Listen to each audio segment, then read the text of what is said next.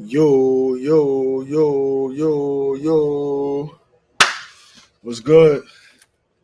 What's good, YouTube? It's truth, man. I know what it is already. Welcome to A-Side Boxing Talk. Welcome to Friday night boxing talk. You know what I'm saying? I'm just here to kick it with you, man. You know what I'm saying? I ain't gonna lie. I got my little Taylor port with me. You know what I'm saying? Little Taylor port in the mason jar. I just want to talk boxing with you. You know what I'm saying? I don't want to do too much. Just want to talk a little fight talk with you. You know what I'm saying? Uh, Go ahead and do that. All right. So let me see. Just in case anybody is wondering, the link is in the chat. I will share the link in this chat again. Let me see. Let me post this link in the chat. The link is in the description though. So if you want to join in live, you want to come on live with me, you want to bust it up with me, you want to talk, you want to holler, you want to. The link is in the description. I'm about to get ready to, you know what I'm saying? Put that joint in the chat. I'm about to put the link at the top of the chat. Give me 1 second, y'all. Boom. Just in case. So I'm like, oh man, truth, the link ain't in there. There you go. All right, so got a couple topics I want to talk about tonight, man. But first off, it's my favorite thing to talk about, man. These rankings, man. A lot of people talk these mystery fights and, oh man, I want this dude to fight this guy. I want this guy to fight that guy. But you talking these mystery fights, and at the end of the day, you know what I'm saying? You not even looking at the rankings to know who your fighter could possibly fight. You know what I'm saying? So we looking at the heavyweights right now. You know what I'm saying? So obviously we know Joe Joyce getting ready to fight Joseph Parker. So obviously that's that. Frank Sanchez, I don't know what's up with Frank Sanchez, but obviously he ranked third in the WBO. Which we don't know because he on the PBC, so he may not go the WBO route. He ranked ninth in the IBF. He ranked fourth in the BC, and Frank Sanchez is ranked. I'm surprised he not. Okay, so Frank Sanchez is not ranked in the WBA, and that's odd because he is a PBC fighter. I know he not with Team Canelo no more, but that's odd. But one thing that I did see that I did, and we're gonna talk about it too, especially when we get the guests on, when we get other people on, we're gonna talk about this Deontay Wilder. Boxing Scene just put a story out about 30 minutes ago, talking about how he's training in, overseas in the UFC gym, and that he may, I think his manager Shelly Finkel said they may even announce a fight as early as next week, or they may know something as early as next week. So that's dope too. You know what I'm saying? To get Deontay Wilder back in the ring, American heavyweight. I feel like even though Tyson Fury and AJ, AJ fighting on the 20th or whatever, but I just feel like the boxing moves is the heavyweight moves, and if there's no great American heavyweight champions, then it kind of is what it is. Jai Opetaya, however you say his name is, last month had a good win over Marriage Breeders. So we see he the champ. You got him at the Ring Magazine number one. Well, Ring Magazine champion. Okolie Breeders second. We don't really care about cruiserweight right now. Bivol, we think Bivol might be fighting Joshua Buatsi. I'm pretty sure that Anthony Yard is fighting Artur Beterbiev next. I think that's going to be a real good fight. I think he's going to surprise a lot of people. I think Colin Smith just announced a fight. I'm not sure who he's fighting, but I think that may be a good fight as well. So another one to look at. Go down to super middle. Obviously, we got Canelo fighting Triple G for undisputed. Caleb Plant, he's supposed to be fighting Anthony Durrell, so that'll be a 2 and 3 matchup. I just seen something that was talking about John Ryder fighting Jaime Munguia. And with me just looking at John Ryder being ranked, fourth by the Ring, third by the WBO, second by the WBA, fifth by the WBC. I'm just looking at that. If John Ryder's fighting Jaime Munguia, I don't think that's a catchweight fight, and I don't think that we will see Jaime Munguia back at 160. So that's another one to kind of keep your eyes on if that fight get made, because why would Jaime Munguia fight not even Jaime Munguia. Why would John Ryder fight Jaime Munguia, who's a 160 pounder? That fight is very dangerous. He's coming off a Danny Jacobs win. Why would he fight Jaime Munguia if Jaime Munguia wasn't planning to stay at 168? I just don't think it makes sense to do a catch weight when you ranked in 2 or 3 sanctioning bodies. So that look to that fight, and I think if that fight get made, we'll see Jaime Munguia jump to the top of a lot of these sanctioning bodies. And guess what? Saul Canelo Alvarez does business with DAZN, who's working on a Jaime Munguia and John Ryder fight, and Jaime Munguia is with Golden Boy. John Ryder, Jaime Munguia beats John Ryder. You're looking at a showdown in fucking Mexico City, possibly for undisputed at 168 with Canelo Alvarez and Jaime Munguia. Don't forget I said that. I'm telling you. Don't forget I said that. You know what I'm saying? So let's keep scrolling down. Let's see what we got. You know what I mean? Just kind of going through the, Golovkin, obviously he moving up to 68.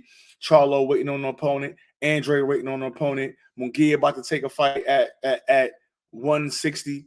It looked like Kazakh style might be the number one guy at 160 in the next upcoming ones. I mean, maybe not past Charlo, but he may be the number 2 guy. He already top 5. You know what I mean? So Adamez, I don't know who he fighting. Deryevchenko just had a fight, but I'm sure that's not going to do much for him. Landy Lara, he in line to fight GGG for that super for the WBA super title at 160, but we don't know what Golovkin going to do. We're going to see about that. Jamel Charlo. We know he got Tim Tszyu in January. Stanyo just fought. Waiting on the next announcement for Fondora. Lubin still number 5. I've been seeing Lubin talking about wanting to fight Fondora again. I would love to see Tony Harrison fight. I would love to see, I would like to see a Harrison Fondora. But I want these guys to get, and like I said, you're looking at this list now, updated on August 1st. They dropped Charles Martin out the top 10. If I'm not mistaken, he was in the top 10 before. I could be wrong, right? But I know for sure in the WBC, Charles Martin is ranked 4th. In the IBF, Charles Martin is ranked 4th. In the WBA, Charles Conwell. In the WBO, Conwell is ranked 9th. In the IBF, Charles Conwell is ranked 4th. In the WBC, he's ranked 4th. And is he ranked in the in the WBA, he ranked 13th. So Charles Conwell, oddly enough, man, is ranked top 15 in every governing body. Oh shit, my man, Kevin Ajarko, man, he ranked number 12 in the BA. So that's what's up. Kevin Ajarko, he ranked number 12 in the BA. I would love to see a Kevin Ajarko and a Troy Williamson fight. I think that make a lot of sense. They both on the same network. Let's get it. I'm a big Kevin Ajarko fan. You know what I mean? Let me drop down. Let me see if we got any notes. Nope, nobody. Let me drop down to. Hey man, let me talk about that first, man. That young boy Kevin Ajarko, man. That young boy Kevin Ajarko out of Ireland. I think he just parted ways with his trainer. He said he's looking for a new trainer. Obviously, he with DAZN. I think Eddie Hearn is very invested in him, and I wouldn't mind seeing him on the American side. I wouldn't mind seeing him with a what's my man name? With a Robert Garcia. But if he stays, across the pond, I would not mind seeing Kevin Ajarko with a Tony Sims, man. Tony Sims got a lot of good fighters. Obviously, Conor Benn, Joe Cordina. I think he's training Ebony Bridges as well. But nah, man, Tony Sims is one of them guys over there. You got if you follow boxing and you respect boxing and you respecting the trainers, he one of the UK's best trainers. I think he is the UK's best trainer, to be honest. There was a lot of hype around Ben Davison. He's no Tony Sims, let's say that. Or I don't think he's better than his name's Shane McGuigan, I think. I don't think he's better than them guys either, man. So drop down to welterweight. Obviously, man, we just waiting on this announcement of Earl Spence Jr., Terrence Crawford, Virgil Ortiz fight tomorrow night. Ugas still ranked number 4th, but Ugas got the eye socket he's still recovering from. I seen Evanesian has a fight. Conor Benn still waiting on this Chris Eubank thing. I wouldn't mind seeing Boots versus a Stanionis or versus a Thurman. Now, I'm sure that Thurman wants to cash out, so Thurman may be looking for an absorbent amount of money to face Ennis. But I mean, Ennis signed the deal with Showtime, so Jake Paul signed the deal with Showtime. So I think with him signing that deal, it's showing that Showtime is willing to put that bag behind Jaron Ennis, and we could possibly get Jaron Ennis versus Thurman. I'm not sure if they'll let Stanionis step in the ring with Boots, but I like that fight, and I think that's a 50-50 fight. Unpopular opinion, this list right here, these top 10, I think Stanionis beat 7 of these guys on this list. I think obviously he already beat Butayev. I think he crushes Conor Benn. I think he beats David Avanesian. I think Stanionis knocks out Keith Thurman. I don't know about Virgil Ortiz. I think that'd be a great fight, man. I mean, granted, obviously Stanionis is a PBC guy. He's managed by Richard Schaefer, if I'm not mistaken. I know he does the Pro Bellum thing as well. But yeah, man, I think he stops Ugas. I think Stanionis and Boots would be a great fight, man. Honestly, I would love to see that fight next. Like I said, if I'm Stanionis and I'm the WBA regular, why would I take a Boots fight? I just don't think that make no sense. Why would I take a Boots fight if I'm, you know what I'm saying? But at the end of the day, I think with the welterweight division, obviously we just waiting for the last of the Mohicans. Errol Spence, Terence Crawford, waiting on that announcement. I've been stacking up money, putting it to the side, the whole boxing world. Obviously, man, I'm ready to start a GoFundMe behind this fight. You know what I mean? Just all of boxing Twitter, all of boxing YouTube. Let's start a GoFundMe. Let's send that dough to Steven Espinoza. Let's tell him, hey, man, don't worry about whoever, you know what I mean, want what they want. We'll cover the fucking fight, man, because this is a fight I got to have. We all got to have this fight, man. So we'll see. Looking in the IBF, I mean, and for Boots, I've been hearing people talk about Cody Crowley, but if you look in the IBF, what's Crowley at? Number 10, and Boots being number 1. I just can't see it, man. I don't see Cody Crowley. And truthfully, one thing that I hate about being a boxing fan is that you got to kind of put on this like fucking mathematician hat, and you got to put on your calculator and talk about A sides, B sides, and splits and purses, and is this guy worth it, and all of this and all of that. And I really dislike that kind of talk. But I just think from Cody Crowley perspective, I don't think he looked the best against Josecito Lopez.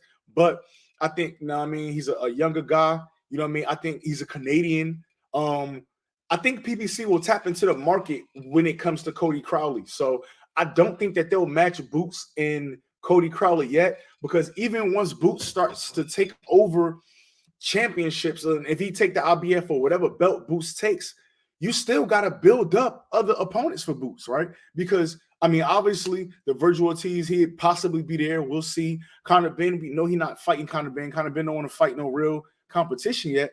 And so in order for Boots to ascend, we got to see him win a belt at 147, and then he needs reputable opposition, right? I don't think he's gonna get a Spence Jr. fight. I don't think he's gonna get a Crawford fight. Hopefully he get a Thurman fight, but we'll see. Sean Porter's not around anymore. That is yesteryear's welterweight division. And so now, what I don't want to happen is I don't want Boots to get his belt at 147, and then we're looking at Boots the same way we're looking at Charlo at 160. You understand what I'm saying? I mean, we know Charlo can fight. We know he's there, but it's just where guys are, the weakness of the division right now at 160, and I don't want to look at Boots like that, man. So I hope Showtime dropped the bag for that young man so that he could really get a meaningful fight, whether it's with Keith Thurman or Stanionis or somebody. But I just don't want, Boots to linger around at 47 too long and not get those fights. I'd rather him just move up to 54 and get all that smoke up there. You know what I'm saying? Lightweight Josh Taylor, he the ring champion. I think he's getting ready to take on Catterall again. They just announced Regis Prograis and Charles of Pater for the WBC title. Jose Ramirez gets that winner.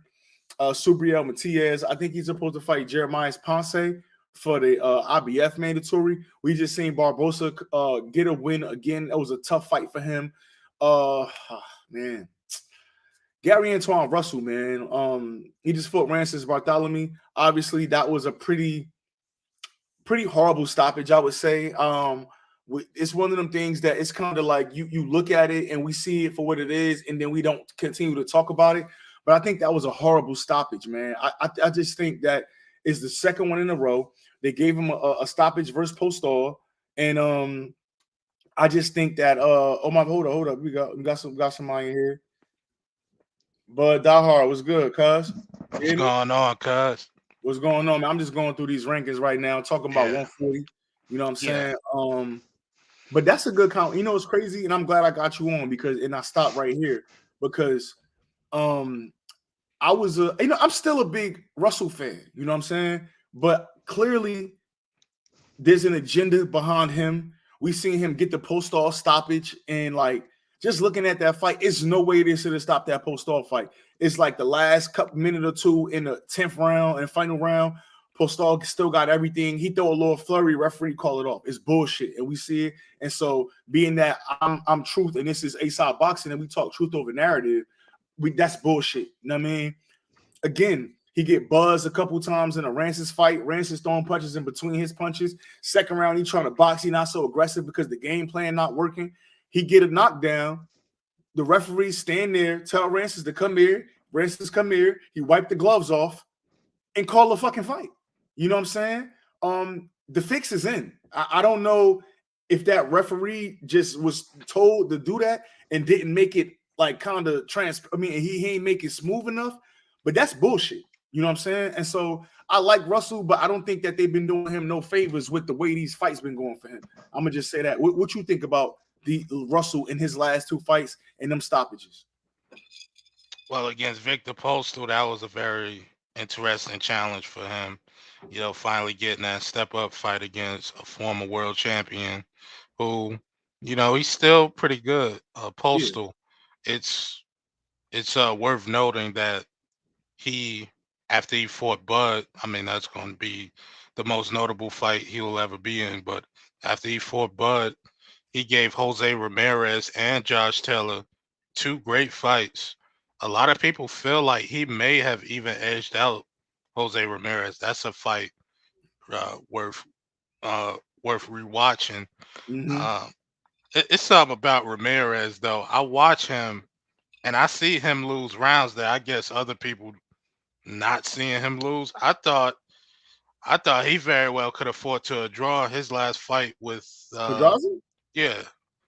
And that's what I'm saying. Like I see things differently. It's something like just unimpressive about what I see out of Ramirez I'm with that that. I'm I with that. guess other people like they don't really see it how I see it. But Yeah, maybe no, that's just me. But as I'm far with as as far as Antoine Russell and the questionable stoppages, yeah, I didn't love the postal stoppage. The guy didn't go down once in a fight. He was up on his feet. He remained upright.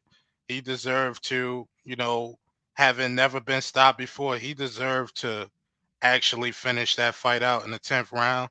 There was literally no reason, rhyme or reason why that fight should have got stopped in the 10th round when it did. because Russell, because he he because was, he didn't Russell didn't even drop him throughout the whole fight. yeah, So yeah, it's like that's right. you didn't even drop him through the whole fight, and then Yeah, you throw a flurry nigga. That's crazy. yeah, yeah. And then you have obviously the fight with Ranches that just happened. Pretty surprising for anybody who has been following boxing, and you're probably looking at Rances as a step down in some way from Victor Postal, but that fight ends up being much more competitive than anyone could have really expected. However, I would like to note that I did tell you, that is a fight that could potentially be, you know, something that it might not be what you expect it to be. I actually went to that fight thinking that Russell wasn't going to be able to get a knockout against him. Mhm. And, you know, Rancis, he's got a hell of a chin on him. First and foremost, That's a he's fact. got one hell of a chin. That's a That fact. guy took big shots and he barely blinked. He took big shots against Russell, big counters, step in shots from Russell. I mean, he got hit with a lot of shots that have affected other previous opponents way more. So I didn't think that he'd be able to get a knockout. Obviously, he surprised everybody in the world coming out strong and attacking Russell in the manner that he did. He didn't show really any respect, and he showed that he was going to stand right there and walk him a bar fight basically with Russell. But you know what's crazy though, not to cut you off, but you know what's crazy? Like I remember just the same, because you remember when Russell now one of the worst fights I ever seen in my life was obviously Francis Barthélemy versus Robert Easter. You know what I mean? And even with Erislandy Lara, they always talked about, remember with the Canelo fight, oh, he got a horrible style. And then one day he just fought Jared Hurd and was just like, fuck it, we gonna bang. You know what I'm saying? And Francis Barthélemy too, like he got an ugly style. And I did a breakdown to this fight, and I talked about Gary Russell and how he can get caught. And I think, I'm pretty sure Francis didn't watch that fight, but everything that he didn't watch my breakdown video, but everything I was saying in that breakdown video, that's actually what he was doing, man. Catching Gary Russell in between punches, letting him start to rip off combinations and throwing straight punches down the middle. He hurt him in the first round. So, you showing us that Gary Antoine chin is not granite. I don't like the way Gary Antoine get in on the inside and smother his work. So I'm not going to go as far as to say that he exposed him, but I want to say that if you're a fighter and you can calm yourself and remain calm while you fighting a guy that's a pressure fighter, I think you can have a lot of success against Gary Antoine. You know what I'm saying? I think it's something about Russell. So in the fight with Postal, there were, moments where you saw Postal starting to gauge what he was doing, starting to pick up the timing a lot better, like around like rounds 4 and 5. Yeah. I want to say those 2 rounds he started to, actually put together some really good moments in that fight, and I felt like Gary Antoine Russell and his team, like in the corner, that was when his father was still around too, by the way. They were able to make some adjustments that I thought really benefited and suited Russell for that particular opponent. And when you watch the fight with Francis, he seemed to be doing just about the same thing throughout the whole fight. Now, there were times where just as a fighter, he saw some things like walking in and getting hit with some shots and like getting hit in between punches. Yeah. He started slowing himself down a little bit, like showing some respect. But Yeah. I didn't really love the adjustments that were being made on his part. Granted, he did get the knockdown and he had Francis hurt really badly. No, he definitely did. Not bad enough where the fight should have got stopped at that all. point. That's what I'm of the mindset that he would have got him out of there if the fight would have continued. I keep saying this. People keep getting mad at me. Yeah, but you gotta this, think, but you gotta think about that. He had hurt Gary Antoine a couple times already. You know what I'm saying? Like he had hurt him a couple times already. He got caught in between the punch with a flush. I think it was a left hook he caught him with. He got right back up. We walked to the corner. The referee said, "Come here." He walked to him. He rubbed his hands and then called the fight. You know what I'm saying? That's I don't know. I don't like that, man.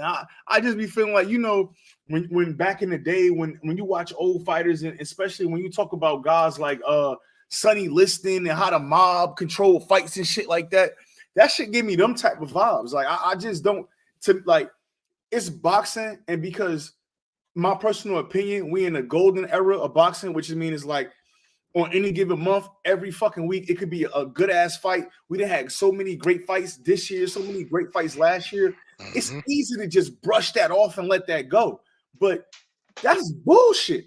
You know what I'm saying? Like that shit. Yeah, I'm with you on that. Like that, like it's like, yeah, and like I said, a lot of people going to just let that go and just let that be that. But that's crazy, man. Like you don't see stoppages like that. Like when I look at that Francis stoppage, it make me think about Michael Fox and how he got cheated against them judges. Now I know it's completely 2 different topics, but it's like, how are you doing that and nobody's outraged? That don't make no sense. Like these referees should have to start explaining why they do some of the things that they do. The referees and the judges, They should have to explain, like, hey, this is why I scored this fight this way. This is what I saw to make me stop this fight at that moment. You know what I mean? That's crazy to me, man. One thing I'm noticing too, like in between knockdowns, when these referees give that standing 8, they take like 6, 7 more seconds. I'm like, yo, you are giving this guy too much time to recover. I felt Yeah. like this happened when Tyson Fury got knocked down against Deontay Wilder. I think it was 4th, 5th round in the last fight. And I was like, wow, you giving him 6, 7 more seconds to recover? Like, you gonna So check the man gloves, you gonna check his eyes. I mean, fucking bring a light in so you can look at his eyes. You doing all that dumb shit. You giving yeah. him too much time to recover, man. Well, I do think what I would say, just in the referee favor for that one, after Wilder got that knockdown, he didn't go back to the neutral corner. You know what I'm saying? So it's like the referee turned around, was directing Wilder back to his corner, and then went back and counted for Fury, which gave Fury like fucking 15 seconds. You know what I'm saying? Speaking of that, Deontay Wilder. I just read an article saying that obviously, I don't know if you've seen the pictures, but he back I training. seen it. Yeah, he Yeah, was so with what was my guy name? I seen him with Badu Jack. I seen him with Michael Hunter. Michael Hunter. Yeah, that's Yeah, who I seen him with. yeah, he with a couple guys, and I think they overseas right now. And he just at the gym and shit like that. Now, the article says that his manager said that they might announce a fight for him within the next week or so. So I'm pretty sure it's going to be Robert Helenius. Now, when you look in the WBC where Wilder's ranked number 1, Frank Sanchez is ranked up there. I don't think that we're gonna see Wilder first fight back be a Frank Sanchez. I just don't see that for Deontay Wilder as a first fight back. Just like Yildirim was to Canelo, Helenius is a sparring partner for Wilder, so I think we could possibly see that fight. But what do you think about Deontay Wilder's return, bro? I mean, you feeling it? You think he needs to stay retired? Like, you know what I mean? What you think about that? Well, it's interesting. I don't see Deontay Wilder as a diminished fighter. I feel like if you stack him up with the heavyweight landscape right now, he's right there in the top 3. With Usyk, Tyson Fury, he's saying he's retired, but we all know that's fucking hogwash, and he's not retired. He's gonna fight whoever wins this fight. I know he wants Anthony Joshua to win Yeah, because that's more money for him, but you know, I put him in that top 3, and I don't see any of these guys underneath him being able to beat him because you got to survive the imminent danger that you're going to be in for 12 rounds fighting him. It's imminent. It's not possible. Like it's there the whole time. And like I, one of the most like one of the dumbest fights that I ever seen. Well, I won't want to say ever, but I want to say within the past 5 years was him against Luis Ortiz, the second fight. okay. And I was writing an article for this fight while it was going on live. And I just remember put like how I was doing a round by round. Yeah. You could not give Deontay Wilder any rounds. You couldn't even give him fucking minutes within each round. And he still gets him out of there with one fucking shot. One shot in the 7th round. Luis Ortiz don't know where the fuck he at. It's imminent danger the whole time. And, people going to say, well, he can't box. He can't do this. He got pretty far in his career not being able to box, not being able to throw a proper jab, not being able to, intelligently defend himself at all times. I don't want to say that I'm not excited because what would excite me is him getting back in the ring with one of the top dogs. Right And now? yeah. And like Frank Sanchez, he's a savage. However, I did not like how he looked in his last fight. Yeah, I think I did not like on that Christian Hammer, pay-per-view. right? On that pay-per-view on the undercard Yeah, for Charles Martin Charles Martin and Luis Ortiz, The I Christian did not like how he Hammer, right? looked. I was Christian Hammer you fought? Yeah, he should have got him out of there. That fight was so boring. I didn't like what I saw in that fight. Yeah, that was crazy. But it's good for the sport, man. That's what I'll say. It's good for the sport that Wilder's coming back. He's not diminished. He's not washed. He's taken a lot of damage over the last two fights. Yeah, That concerns me. However, this the get hurt business. it's a fact. Yeah, this the get hurt business. Not everybody going to come away from boxing without any damage like Floyd Mayweather. It's a fact. It's not a lot of guys like that in this sport. I mean, fucking Joe Calzaghe, one of the slickest boxers of the past in the past century. That dude, he got touched up. He got some things that's affecting him today. Yeah. Like not everybody is going to get out of this sport without taking something with them. No, So Wilder's taking his damage. He looks healthy. He's lost weight, obviously. Yeah, he I do wonder look what. skinny. I wonder what he's at around. I think he was at around 232 for his last fight. He might be around 214, But we 215 right now. him come in fights in the sub 220 and shit like that. That was regular Wilder. You know what I'm saying? That was regular Wilder, 215, 211, 212. Like that's regular Wilder. He still was KOing shit. And to me, that's why I have a problem with Tyson Fury is because but people didn't want to give Deontay Wilder credit for being a good fighter for the defenses of the WBC title. But then when he lost to Tyson Fury, now we in this conversation about Tyson Fury being one of the best heavyweights ever. How? If Deontay Wilder don't got a jab, never fought nobody, not this, not that, and now he got lost twice to Tyson Fury, why are we talking about Tyson Fury as being one of the best heavyweights? Deontay Wilder's nobody, right? So this shouldn't be a huge notch on his resume. That's that old media shit, man. That's that old media talk, man. I don't. That's like the only thing I like what Fury did more because he was able to take those punches and get up. Now, whether you feel like he got knocked out in the first fight, whether you feel like he got hella time in the third fight, he was still able to get back up. We seen Wilder clean most dudes up, and they don't even get back up. You know what I'm saying? So yeah, Fury's got a grenade chin, man. Yeah, he definitely got a grenade chin on him. What the fuck, yo? This is yo.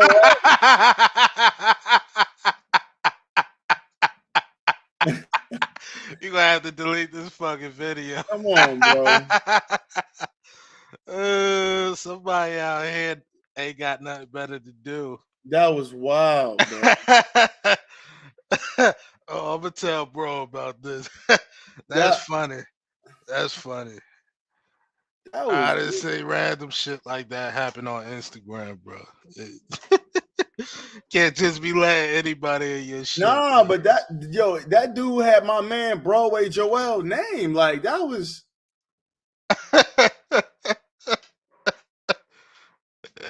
he was buffing somebody at his job or some shit. That's nuts, bro. Yeah, you're gonna have to delete this shit as soon as this expired, bro. Yeah, that's stupid. But who? That's yo. What the fuck? That's crazy, man. And I thought, hey, it is what it is, man. It's all good. We're gonna keep talking. We're gonna keep busting it up, man. Yeah, I wanna get your thoughts. Yeah, let's move on from that dumb shit. I want to get your thoughts on the zones. They main fight. The main event and the co-main. I have some thoughts about like this Maurice Hooker and this Blair Cobbs fight. That's really interesting to me. But overall, like, what's your thoughts? Starting with the co-main. What's your thoughts on that fight, and of course on the main event with Virgil Ortiz and Mckinson? I'm glad you're talking about that. And so I'm gonna tell you the truth. I think that Blair Cobbs is gonna knock him out. Bruh, I think you and me thinking the same. Keep going though. I think Blair Cobbs is gonna knock him out. Hold on. My boy, I just want to make it clear that was not me. I don't know what the fuck. But did you see that? I saw it, but I ain't see that he put my name. Yeah, it had your name and your joint. Like when it joined, it was your picture in the background. I said, "Oh, that's Joel. Let me just throw him in there." And literally, bro. Yo, that's some wild shit, bro. I guess he saw that I wrote that I was about to hop on. Yeah, that was crazy because he literally had it said Broadway Joel and your name in the background, and that shit came right up like that. He had my logo. Yeah, it had your logo on the picture, but that's why because you could see it on the bottom. That's why I'm like, oh, that's boom, and I just let you jump right in. Like I thought it was you. That's why as soon as I saw it, I put the camera on just so you could see it's me. Yeah. What the fuck? That's some wild shit, man. Yeah, that was crazy. That probably I don't know who that was. That's one of them fucking guys. troll. Probably old media, man. That's probably Mike Coppinger or Dan Rayfield, something. Yeah, Rick Placer. Boys. I don't know. Yeah, nah. But you know what? But so I like Maurice Hooker, right? He only lost to Virgil Ortiz and what's that? He got 27-2. So he lost Jose Ramirez. But I have not been impressed with Virgil Ortiz at 147. We saw some things with Blair Cobbs. Like obviously, we saw Alexis Rocha, who was great at cutting off the ring, and he got Blair Cobbs up out of there. But I'm just not sold on Maurice Hooker at 147. To be honest, he looked very emotional today. You know what I'm saying? Like during his, he was getting ready to cry doing his interview and all of that. I think Blair Cobb's gonna knock him out. That's just my personal opinion. I'm not high on Blair Cobbs. I don't think Blair Cobbs ever wins a title. He's just chatty. I don't like the shit he said about Earl Spence. But if I'm just talking fights and I'm just talking him and Maurice Hooker, I'm not sold that Maurice Hooker is gonna win this fight. I think he gets stopped. I don't know why. I just think he gets stopped. Virgil Ortiz, I think that this fight is going to let us know if he's supposed to still be at welterweight or if he needs to move up to 147. I mean, to move up to 54. Michael Mckinson, he a good mover. Obviously, he 21-0. I think he got like 22-0 or some shit like that. I know he got like only 5 knockouts, but he's one of those guys, Michael Mckinson. Like, if you're not on your A game, he's gonna make you look bad. You know what I'm saying? Like, he's super awkward, southpaw. You know what I'm saying? So we'll see, man. I really want to see how Virgil gonna look. He looked a little flushed to me. It looked a little dry. I mean, it looked a little like he looked really dry to me in the weigh-in. So we'll see, man. We'll see what happens with Virgil Ortiz, man. So, like I said, I still got Virgil Ortiz winning. Don't get me wrong. I still think he's gonna stop him because Michael Mckinson, he make a lot of mistakes. When he throwing combinations, his chin is like in the air, like it's crazy. So I think Virgil could cut off the ring well enough to where he could corner him and get him up out of there. But like I said, if Virgil Ortiz is unhealthy or anything like that, I think McKinson gonna expose that. I want to. Hey, let me pick this up real quick, boss. Bro. Yeah, because this has been weighing on me since I looked at this weigh-in earlier this afternoon. So, of course, what you failed to mention, and that's all right, is the fact that this fight between Blair Cobbs and Maurice Hooker, they're supposed to be fighting at 147 pounds. Mm-hmm. Maurice Hooker, he comes in on the scales at 150 pounds. No shame, no negative emotion, no anger, none of that you miss weight like that. You're smiling and cheesing after missing weight. And then when the face-off comes, he's smiling. He's continuing to smile. He's talking a little bit to Cobbs. But I'm looking at the other guy. I'm looking at Cobbs, and he looks focused. He looks like he's hungry. He looks like he's determined. Less clowning around. He was saying some clowny stuff, during a press conference. But he trying to keeping up with appearances. But you could tell it's some more focus, from him for this fight. And I'm of the mindset, and I've always been like this. First fight is on the scales. That's the first fight. The second fight take place in the ring. Maurice Hooker 0, Blair Cobbs 1. He got the first round down. Facts, I don't yeah. think Maurice Hooker dedicated himself enough throughout his training camp. He has not fought in over a year. These are very concerning things to me. I thought that he would be able, like earlier this week, I thought this would be a nice fight for him in particular to like get back on track. Mhm. But he has not fought since March of 2021, and he's missing weight and doesn't look like he gives a damn. So that makes me question how hard you work. So yeah, And, I'm with you. I'm not sure if it's going to be a knockout, but Hooker has been hurt. Of course, he's been hurt and he's been dropped. I'm not going to predict a knockout, but I think Cubs is going to pull off the upset. As and far as my, go I'm ahead. about to say, and I want Broadway to talk about that. And before I let Broadway go, Broadway, I want you to talk about that. But let me tell you this: I'm of the belief that he quit versus Virgil Ortiz. He say his arm was hurt. I think he quit. I watched the replay a bunch of times. I don't see where his arm went out or none of that shit. I think it was a rough exchange. He took a hard shot and said, "You know what? He already dropped me one time. I'm not about to go through this again. I'm gonna just fall down and act like my arm hurt." So I feel like he quit. And once I see a fighter, whether you quit on a stool or I feel like you quit in a ring, I wasn't feeling that. And then you come in at 150 pounds. Yeah, I think, yeah. What you think about that, Broadway? Bro, you literally, I wish you wouldn't have went first, because that's exactly what I was gonna say. I'm not a believer in Mo Hooker, not because of what I saw in the Virgil Ortiz fight. He quit. He did not. He could have went. Let's give him the benefit of the doubt that his arm was hurt.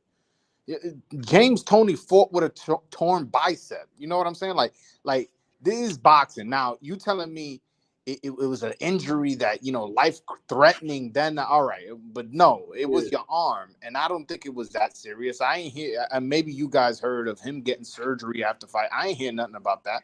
So that's how I feel about that fight. As far as Blair Cobbs, my opinion on him, I'm a fan. I'm not saying he's going to be undisputed. I'm not saying he's going to be lineal. I'm just saying I'm a fan of him as a fighter, as a personality. I think he's good for boxing. He's somebody who brings, like, a lot of times you put a mic in front of these people's face and it's, oh, you got to talk to Al Heyman, or you got to talk to my promoter, or you got to talk to Bob Arum. And it's like, they have no personality, nobody's a salesman anymore. And I feel like Blair Cobbs, whatever he lacks in talent, he makes up for in charisma. So I'm a fan of him just off his personality. Actually, I do think he's gonna win, and I hope he has a successful career, because I think he could be a star if he was to become a champion and stuff like that. I'm not saying he is. I'm just saying he has that potential because of how good of a talker he is. As far as the main event, Virgil Ortiz is a fucking problem, bro. Like, I feel like a lot of people talk about Boots Ennis, like this elite prospect who's can't miss and blue chip, and he is all that. Don't get me wrong, but I feel like Virgil Ortiz is equal to him in that type of potential, and I feel like, although I've never heard people criticize Virgil Ortiz, but I've never heard people, talk about him like how they talk about Boots. So I hope after this performance he can do that.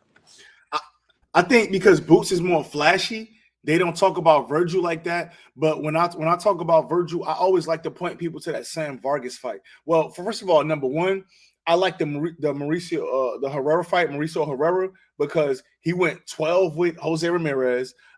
He had some good opponents on there, and I didn't think that Virgil was going to go in there and run him down like that, and he did.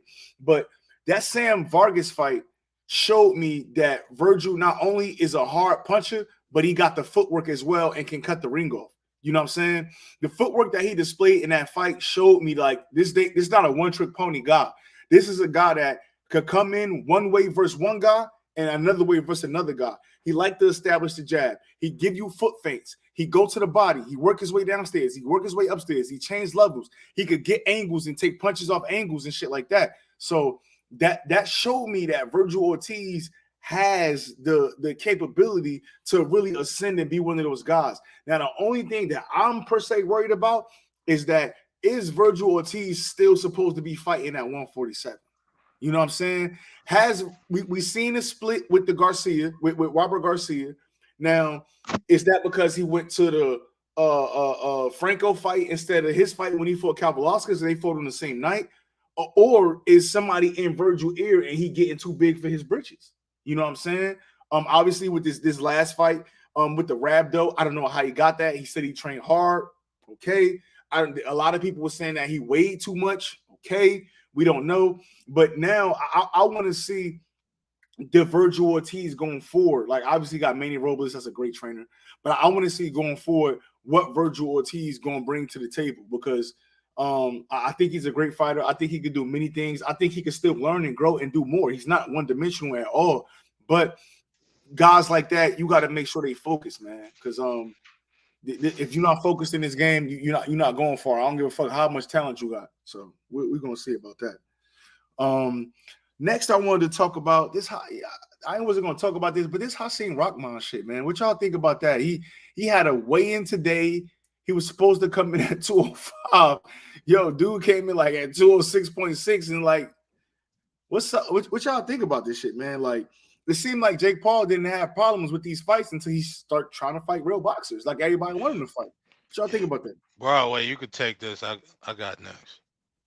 All right, cool. Well, first of all, I think re-weighing in on Friday, today, and not making a weight just makes you look even more stupid. From what I understand, they were trying to make the fight at 215, and Jake Paul wouldn't budge, and the fight didn't happen. But then you come in at 206. Why not negotiate 206? Why not negotiate 210? Why negotiate 215 when you know you the B-side, when you know this is your biggest opportunity? Jake Paul, his next fight, he's still gonna eat. He could fight me. He's still gonna make whatever he gonna make. He was just throwing you a bone, and this is how you fucking, you know what I'm saying? This is how you perform. This is how you go about it. I think he went about it the wrong way. You know, cutting down, yes, is hard, but in life you got to make sacrifices, bro. And there's ways to get down and weight. You know, especially him coming from a boxing family. Although his father was a heavyweight, so he don't got experience cutting weight, but he's been in these gyms. He see what these lightweights are doing and featherweights and junior middleweights, what they doing. Right. Yo, bro, he's weighed as low as 215 before, if I'm not mistaken. You could correct me if I'm wrong. Yeah, something like that. Losing an extra 10 pounds. In the amateurs, I know he fought in at cruiser in the amateurs, and then he been fighting at heavyweight since he was a pro. But I think the big thing about them was with that fight was the fact that, remember, I think the first weigh-in that he did, he weighed in at 215. But then now to come to find out, his manager or whoever was by the scale had a screwdriver and was manipulating the scale. You know what I'm saying? When he weighed in the first fight. So then when he re-weighed in, he was like 225. Like, how you go from 215 initially to 220 something? You know what I mean? Like, y'all playing games over there. You don't really want the fight. You're just trying to get a payday. I think his whole intention was to come in and be like, you know what? Hey, listen, I can't make the fight day of the fight. I can't make the weight. Hey, you could take a couple dollars from me, but you're gonna have to fight me at 205. I think that was his whole angle from the beginning. I mean, listen, he messed up. He got bad advice and messed up a bag. He is never gonna get this fight again. If I'm Jake Paul, I would never fight him. Never. And he's never gonna get an opportunity this big, because and the only other way he would make this kind of money is if he fights for a world title. And if we're being honest, not that good. Yeah, he's not that good. To be honest, Hasim Rahman Jr. can't fight. He trash. I'm not going to say that. I'm not going to take it that far, but he's definitely not world championship level. I will say that. He just got stopped by Kenzie Morrison. Who is that? I mean, I know who he is, but who is that? If you look, I seen a sparring footage of him and some guy that's like on Twitter, some random guy, and the dude was like, "Yeah, this is me after boxing for 6 months only." Like, the dude was still clearly out of shape, and he was landing big shots on Rahman. You know what I'm saying? Like, just because this guy is your father, that don't mean that you the next coming. And he fight like he don't take boxing serious. Like when you watch him in fight, when you watch him fight, some of his movements is awkward. And it's like, damn, wasn't you a product of the Mayweather gym? Like they had you around those guys, like, but his movements is awkward. He take a lot of big shots, like he's there to be hit. I mean, I don't want to say he ass, but I'm not a fan of Hasim Rahman. I don't think he good. I don't think he good. He definitely fumbled his bag because he'd never fight for a title. He's never gonna get a title fight. Who is he gonna never. do to get a title shot? He's never gonna make that money. Never. Listen, that right there, even win or lose, he was gonna make. I have no idea how much money, but let's just call it $2 million. I have no idea. I think it was 100 or 200 or something like that. 200,000. Yeah, he wasn't getting no money for that. Hell no. Oh, Tommy okay. Fury was gonna get like $1 million or $2 million. They offered him like 200 or something like that, and it was like a take it or leave it deal. Hey man, but listen, that was an opportunity. He knocks out Jake Paul, hypothetically speaking. Yep. His next check is gonna be big, but he fucked it up. Messed the bag up. Hey, what you think, Lil? Y'all got some very interesting perspectives on this, and I have kind of like the complete opposite from, because I've been on Hasim Rahman Jr.'s. I've been on his Twitter like ever since that announcement came down this past Saturday that the fight was canceled. This is what I think. No matter what you want to say about how Rahman Jr. handled the weight situation, and I'm of the understanding that Jake Paul, he's been fighting at 190 like since he started his quote unquote boxing career, or whatever you want to call this shit. Yeah. He's been fighting at 190, so I know he's moving up 10 pounds. Weight do matter in boxing. I'm not gonna ever say that it don't. There was a replacement opponent for Jake Paul. No consideration for that fight. You got Amanda Serrano on your card, on your undercard. You got a few other notable pro boxers on your undercard.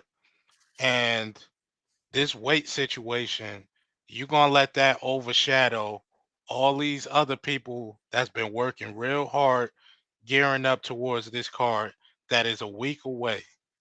And you don't want to fight or even give any consideration to fight the backup opponent. Who was the backup opponent? I don't got no respect for that. I don't know in particular, but Rahman Jr. has said that they had it in contract, and for whatever reason he had to pull out. They had a backup fighter on deck. I thought he was the backup fighter. No, they had another guy. Okay. They had another guy, and for Jake Paul to give no, and you don't want to take that. You know what? I'm of the understanding too that Showtime probably just was like, yeah, we're not gonna have this go down, because who the fuck is that third stringer if I don't know who he is and you don't know who he is? Like Hasim Rahman Jr., he's got his dad's last name. I mean, we'll think that he's good at boxing, but as Asai said, he's really not.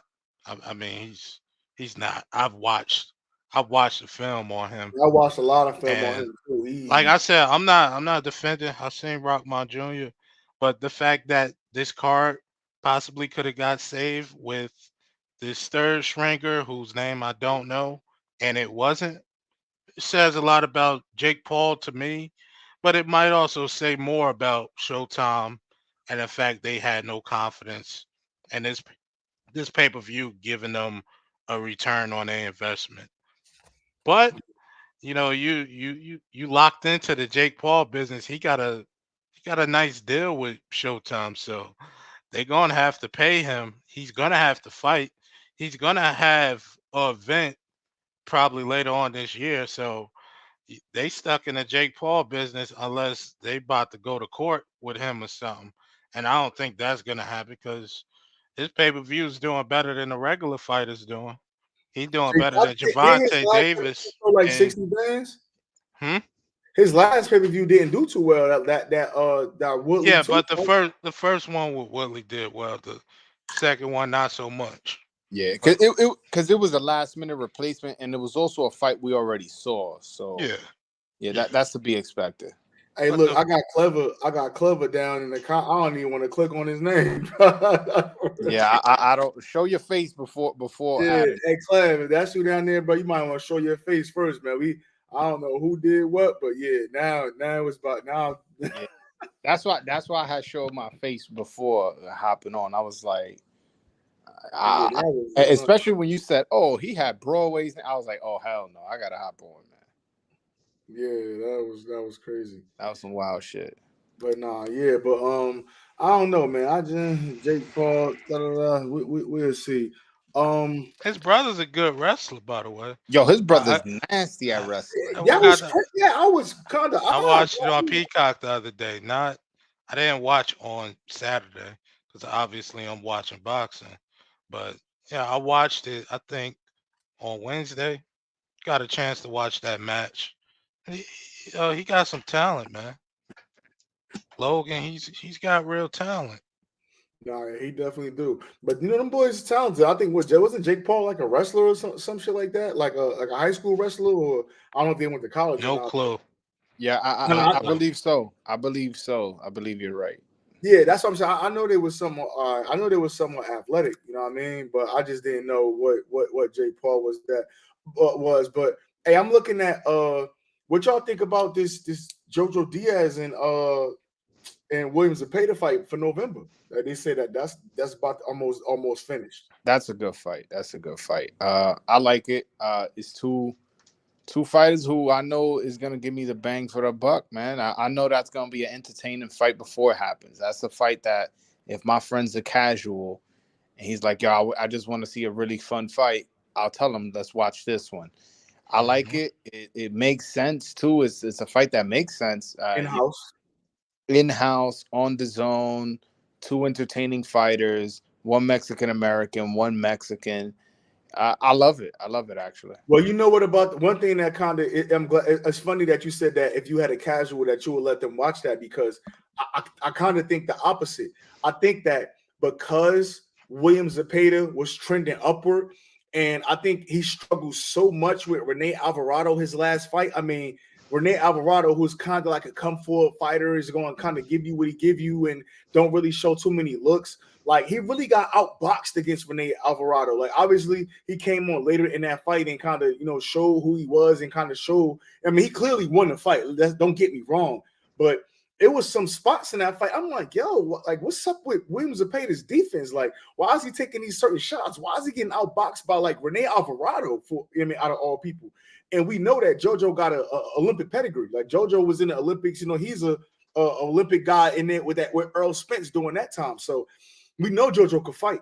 And moving up from 26, and he's a smaller guy. But I don't know, man. I think that Williams Zepeda, I don't want to say he's going to be a little gun shy, but I think that they definitely working on some things. I hope they're working on some things, because the Williams Zepeda that fought Rene Alvarado last, I don't think he beats JoJo Diaz. Not that Williams Zepeda. I was very surprised by his performance, because he'd been looking dominant. But granted, you're looking dominant against whoever, you know what I'm saying? But I was really surprised about, and remind you, Rene Alvarado had got beat up the fight before by Lamont Roach. By Lamont Roach. And I was like, I was real surprised with that. I was really surprised with that fight.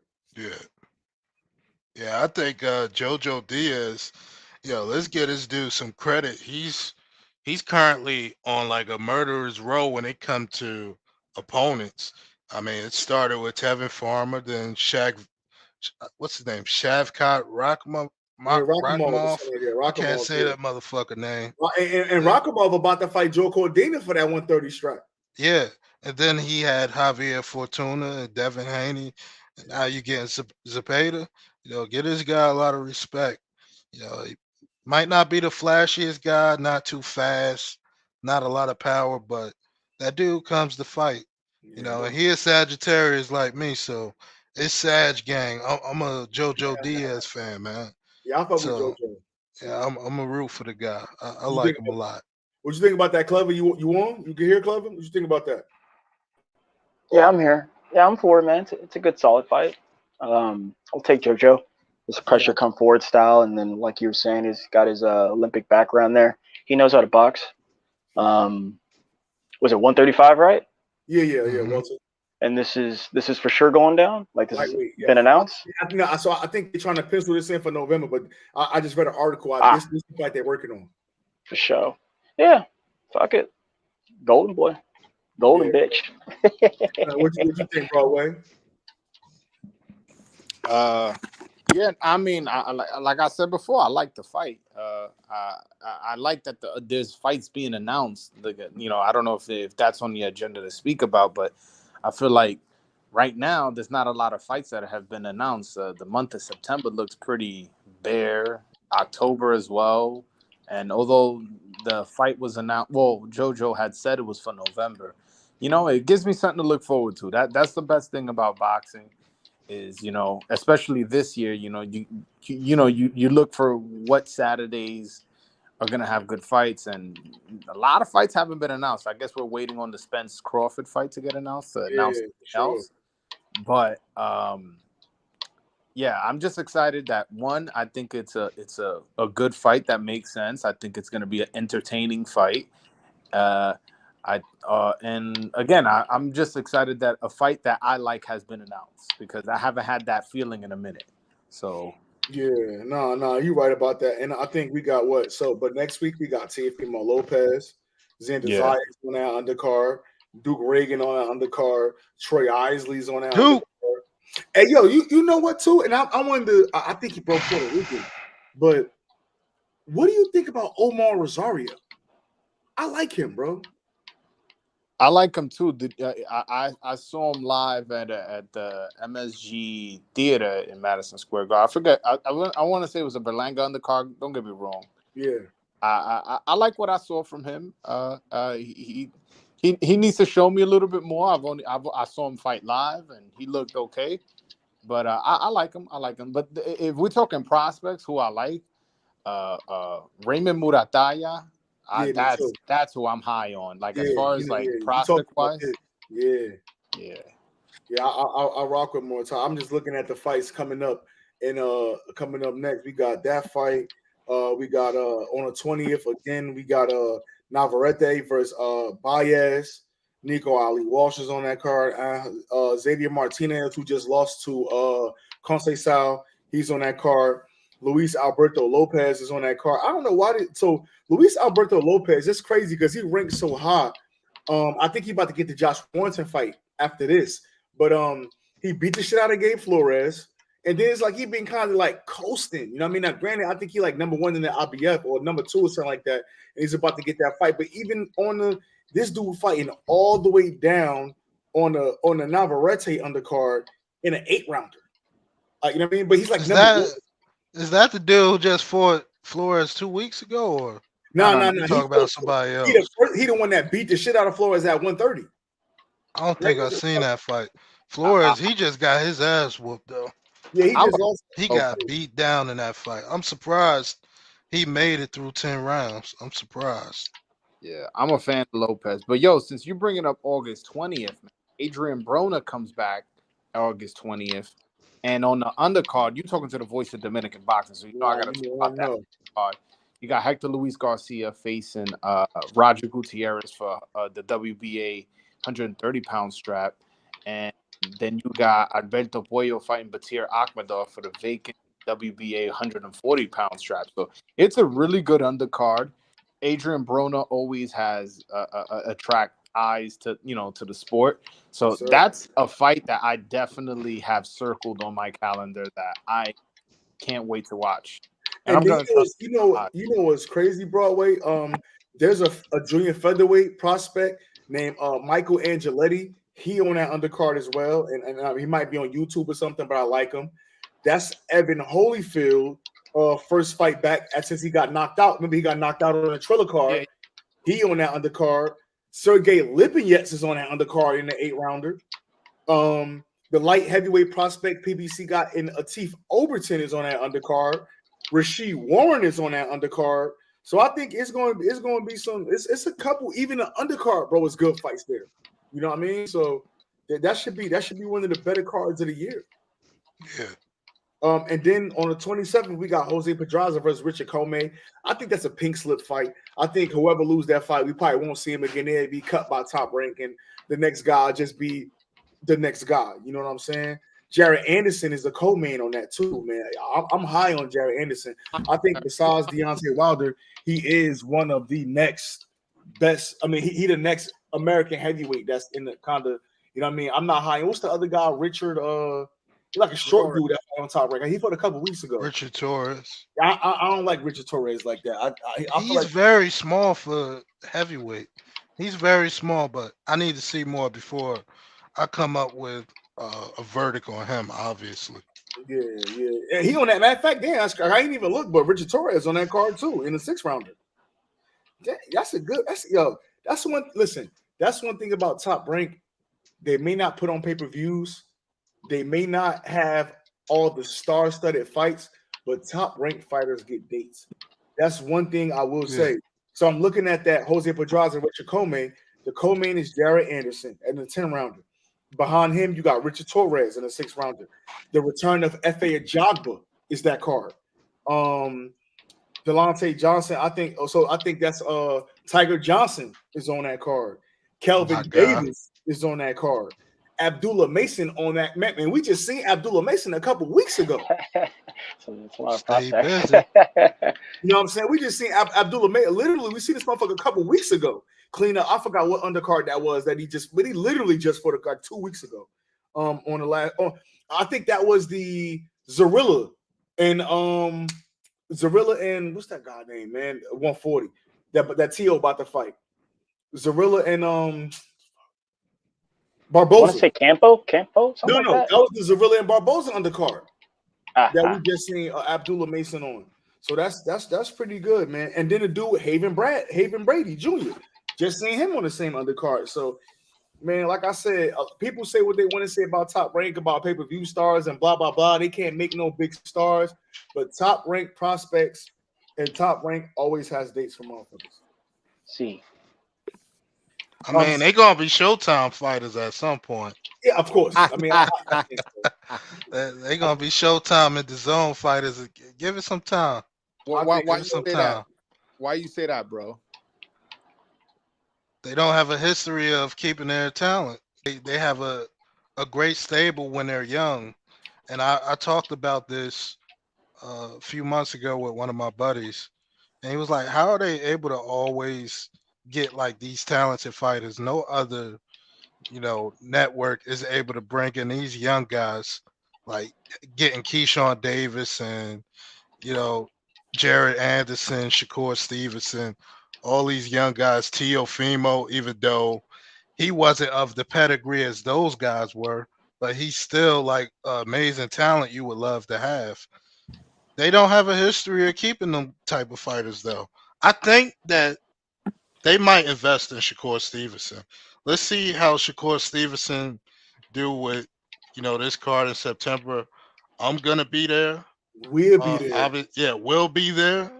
And hopefully whole Nort come out and support that fight. Yeah. I'm a fan of Shakur. I don't think he could beat Javante. That's a point of contention among some people. I'm not gonna mention any names, but I'm a fan of Shakur, and Top Rank, they're good for getting them, not so much for keeping them. But let me ask you a question. I hear what you mean. Why you think Shakur can't beat Javante Davis? Let's talk about that on another live. We're going because you right, but my thing is Shakur. That'd be a whole 20-minute debate, bro. Nah, you right, but I'm gonna just say this and I'm gonna leave it. Shakur Stevenson, along with Richardson Hitchens, who got a new manager now, so hopefully we can see him in more fights with the 140 division opening up. You talking about guys that have mastered the art of hit and not get hit. Shakur Stevenson doesn't do exchanges. Shakur Stevenson is bigger than Javante Davis. I think if they fight at 135, Shakur Stevenson is in that fight night. He's 147, probably 150, probably. I just don't think that. Now, granted, styles make fights. You go through game plans for certain fighters, but I think Tank get touched way too much, and kind of depends on guys getting lackadaisical or guys getting like comfortable with what's going on and then catching them. Vice, like, because that's what he did to Leo. He boxed well versus Cruz, but Cruz was smaller than him, and he never fight guys smaller than him. But he boxed well versus Cruz with one arm. Did that against Rolly. It took him 8 rounds to settle in versus Barrios. I just don't see how he could beat Shakur Stevenson. I don't see I don't see it. I don't see it, bro. And then granted, we from Newark, so that's not even a bias from being from Newark. I just can't see how Tank Davis can beat Shakur Stevenson. Now, Devin Haney, I can see that, but I just can't see that. But we'll say that conversation. I'm with you, Ace. I would for Stevenson. I just feel like the boxer usually has the advantage, and like Shakur Stevenson doesn't mind having a stinker. You know what I'm saying? Like if it's a boring fight, yeah, he's not gonna care as long as he gets the W. And I think Tank at times is just too easy to get hit. It's like it's almost like a bit concerning as to, especially in the first 3-4 rounds. I feel like he gets hit a little too easy. And he hasn't fought at the top level yet, if we're being honest. So I'm like wondering when he does fight at the top level, all right, you got these habits of getting hit easily. Although he didn't get hit too much in the Rolly fight, if I'm being fair. Yeah, I would pick Shakur. And I think just like Shakur Stevenson, we never really seen Tank face no real adversity. It ain't like we seen him have to change the game plan and do something different, or his game plan that wants to execute is not working. So now he got to come back and try to establish a jab and do some other kind of different type of shit. So I just don't see that. I just feel like Shakur. I don't agree with that. I don't agree with that. I'm trying not to say nothing. Like I'm being real. I'm trying to drag respectful. you into this motherfucker. Let me try. You said no adversity. I don't agree with that. So what? Yeah, I don't agree. I do not agree with that at all. The Pedraza fight. But against Barrios, to say that he did not overcome any adversity in that fight, I don't agree with that. Yes, no, he wasn't losing too bad, but he was losing. No, he was losing that fight. I'm a Tank fan. He was losing clear. He was a few rounds down. No, on the cards he wasn't. On my card, he was down. No. I he was down as well. He had to really get on the horse in that fight. But that's something that Shakur, it's not his fault that he's so good up to this point that he ain't come across anything. He might not come across it until he move up weight classes when he fighting guys that's physically bigger than him that could, kind of, get on the inside more and disrupt him and disrupt the flow. I mean, we saw this with Floyd when he fought against Jose Luis Castillo. He was able to physically do things against him that nobody ain't really been able to do up to that point. Yeah. But that happened one time with Floyd. It never happened again. So if one fighter able to do it against Shakur, don't think that it's just going to be a continuous thing. They going to find a way. Right on. You don't think Miguel Cotto had some good success against Floyd? Wait, true. He had success, but also Floyd was kind of inviting that too. Fight. Now they say Floyd lost the Castillo. Now we know he didn't lose. I don't think he. But that Cotto fight, that's one of my favorite Floyd fights. And just because of the back and forth at some point. Now Floyd did outclass Cotto. We did see him win that fight. But that's one of my personal favorite Floyd fights because he did. His nose. I feel like he was taking shots. Floyd was inviting him to come inside. The man was literally laying on the ropes for Cotto, and just knowing he could use his right hand to get out of the way of that left hook. That jab. That's the punch that you don't want to get hit with against Cotto, and he didn't get hit with it. He got hit with a lot of jabs. He got his body touched, but he I'm gonna give the fans a little something. Now, what wasn't prepared for was his nose looking like that after I think the Yeah. 8th round. Now Yeah. that wasn't on the script, but at the same time, Floyd was inviting that. That was nothing like what Castillo. Nah, Castillo literally he forced that fight to be that way. yeah. Cotto didn't force that fight to be that way. Mhm. I don't want to take too much credit away from him because I really like Cotto. He's one of my, I want to say, top 20 fighters. One of my favorite fighters. He's in that list, but I don't think he forced that fight to be there. Nah, Robert See, Cole too. truth. I just want to touch back on Shakur and Tank real fast. I fall along with the gentleman here. I think Tank wins that fight. But let me talk about some flaws with both guys. Like everyone was saying about Tank. Yeah, he lets people touch him up. You know, that's his defense for a better lack of just laziness, and that shit will eventually get him knocked out because someone gonna be able to get through that.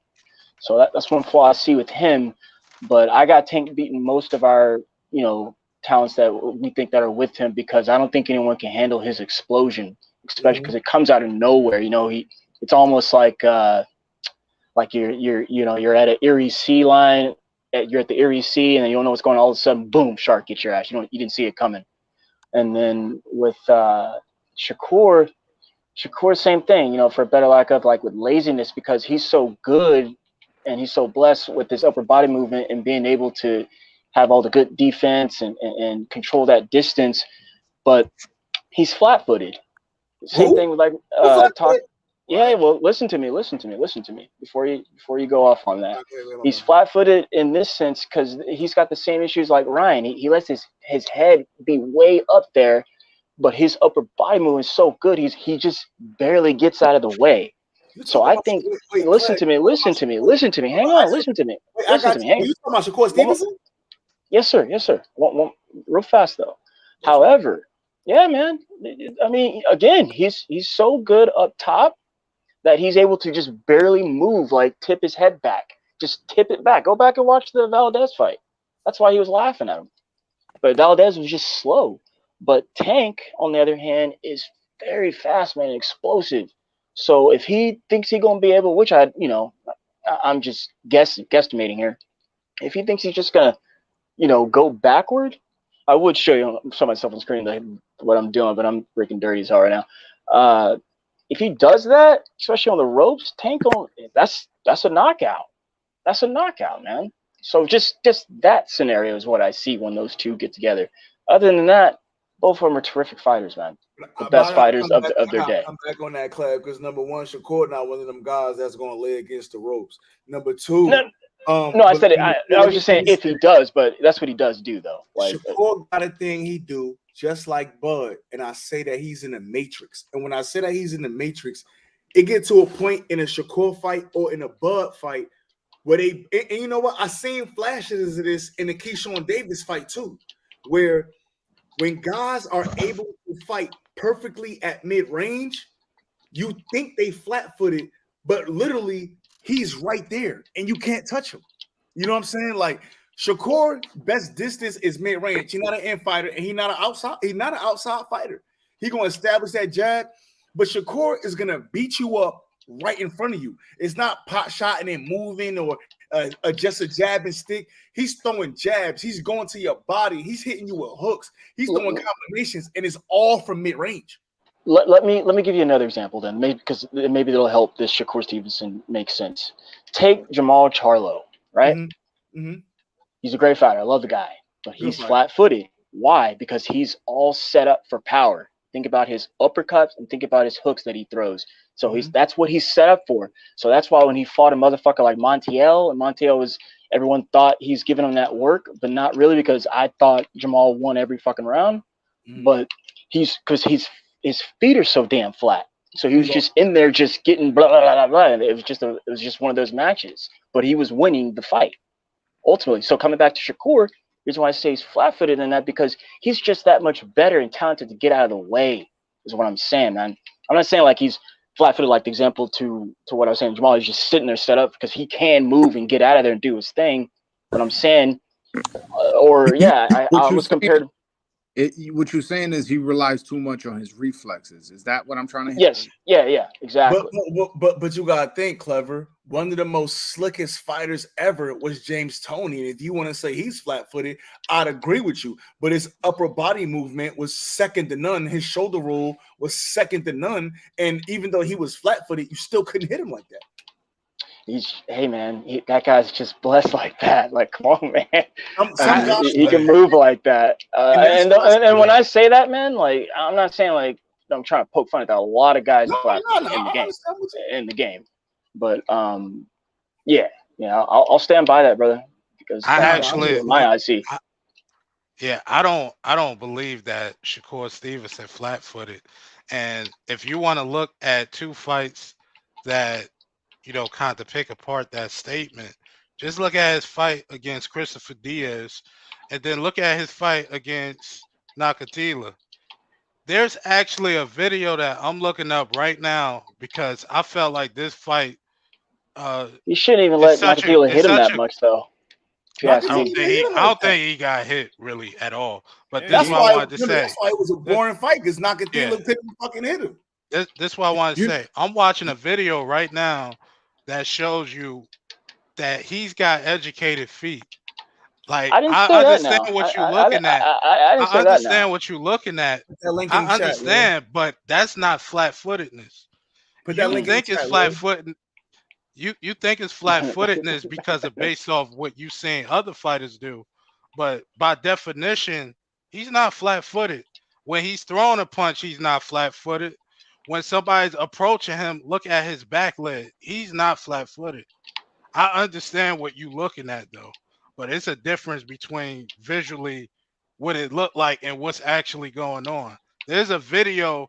Just type Shakur Stevenson footwork in. It's got 96,000 views on it. Like, it's beautiful footwork. And the guy who did the video, he's breaking it down. Go look at the Valdez fight and go look at the Joe Gonzalez fight, and prime example of everything I was just saying about him. And the reason why I said that is because we were talking about a potential fight with him and Tank.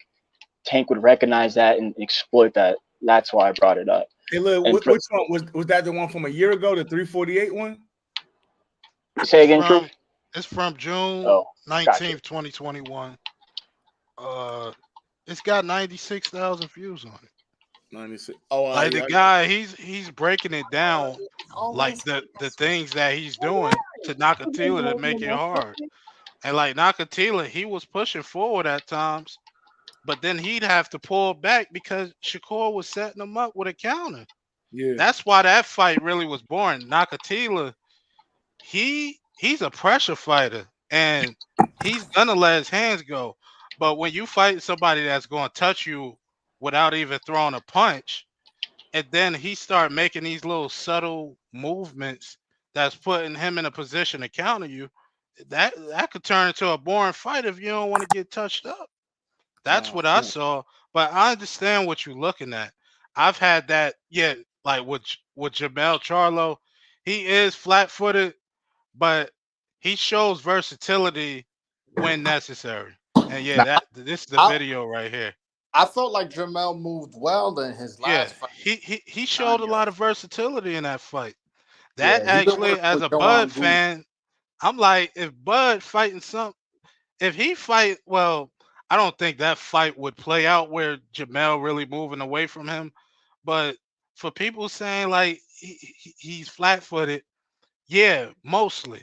I agree with that. But he did, they prepared, they trained to show versatility against Castano, and he looked good. Asa, you gotta be careful about sharing videos that they'll take you down. Oh yeah, all right, cool. I mean, good thing they haven't. But what they'll do is they'll turn off the live. I don't know how they. Got you. Yeah. I took it down. That's why I wish when I do the rescore, when I do the official scorecard, I wish I could show the fight. That would make it more interactive with the fans. Yeah. But I'll get the page taken down because I don't own the video. Oh, all right, cool. Yeah, we took it down, and it was like 20, 30 seconds. So you good. You good. I just let you know before it happens. For Yeah. sure. It's not so much about proving somebody right. Like all four of us in this live, we know boxing how we know it. And like visually, if that's how you see and that's how you think of a fighter being flat footed, that's just what you're gonna be conditioned to. But that video in particular, it it's basically confirming that that isn't exactly what it is. But I understand what he's saying. No, Now no, I can get what got Cubby my said. reasons for why Tank is gonna beat him if they do fight, but that isn't. I was listening to BFTB a few days ago, and he basically was breaking it down. We could get into that on another chat though, because For I sure, no, for that'll sure. be like 20 minutes, talking No, about no, for that. sure. No, I'm already knowing. Word, yeah, man. But no, I think we've been on about an hour and a half, man. I'm gonna wrap this joint up. I appreciate y'all. I think I might try to go live tomorrow for the zone fights. They got a young prospect, if I'm not mistaken. I think Andy Dalton is headlining this fight tomorrow in Sheffield. Um, Andy Dalton is one of those young guys, just like Kevin Jarko. If anybody know me, they know I've been beating that Kevin Jarko horn. Uh, he's one of those guys that's at 140. Dalton Smith is going to be one of those guys. I don't know how it's going to happen for him to be able to get a title shot, but Dalton Smith, he the one, bro. And he got a fight on the zone tomorrow. And so I think I may just do the blow by blow, the live on that joint. So we'll see what we got going on tomorrow, man. Also, Michael Collin coming back from that fight with Lee Wood, Yeah, possibly the fight of the year. This is very important fight. It's not a crossroads fight per yeah. se, but he suffered a devastating knockout, and I want to see. He's very young still, only about. Well, actually, he ain't. I'm looking like it's funny how I be thinking about certain fighters because they all got a lot of fights under their belt. I be like, well, he's relative. He's 30 years old. Yeah, Michael Collins, 30. Michael Collins 30, but Yeah. I'm thinking about him and how he was in the Olympics not too long ago. But yeah, it's a big fight for him. Mariaga, he's not a pushover, so At that's all. one to look forward to as I'm well tomorrow. I'm surprised he coming back so quick. He came back Yeah, before Lee Wood, and Lee Wood was the one who won. But yeah, that fight he's was like about in to fight. January, though, right? I think it was in February. But still, I still was like Yeah, 6 months ago, yeah. 7. You know what I Wood, mean? Like, Damn, it yeah, feels like Woods, it don't feel that long ago. yeah, Wood. He's in negotiations to fight Leo Santa Cruz. Yeah, but Hopefully no, that fight happen. they they cut don't it. know if he can make it to US. Hearn ain't he not letting that fight happen. No, so they said that. So Eddie Hearn yesterday came out and said that they was negotiating with Mauricio Lara, but it looked like we're gonna get Lee Wood versus Kiko Martinez next. But he not Nobody fighting. wants to see that. Yeah, he not fighting Lee. But Kiko Martinez, he over there just lost to Josh Warrington, so you He could got kind of, you know what I washed. mean? Yeah, And, I and don't if want to see but that. look, and if I'm Eddie Hearn, that makes sense because I could set up a Warrington versus a Lee Wood fight. But like I said, they saying that Josh Warrington is about to fight his mandatory, who is Luis Luis Alberto Alberto Lopez. Lopez. Yeah, so I don't know if he can make it past that, man. That motherfucker can fight. He a dog. So Warrington, he one of them fighters that if I was a betting man, which I am most weekends, particularly when it comes to football. But if I'm a betting man, I'm not placing no money behind him. nah. Not, I think it was he fought old boy who Kiko Martinez knocked out. I forget his name. You know what I'm talking about. Galahad, Yeah.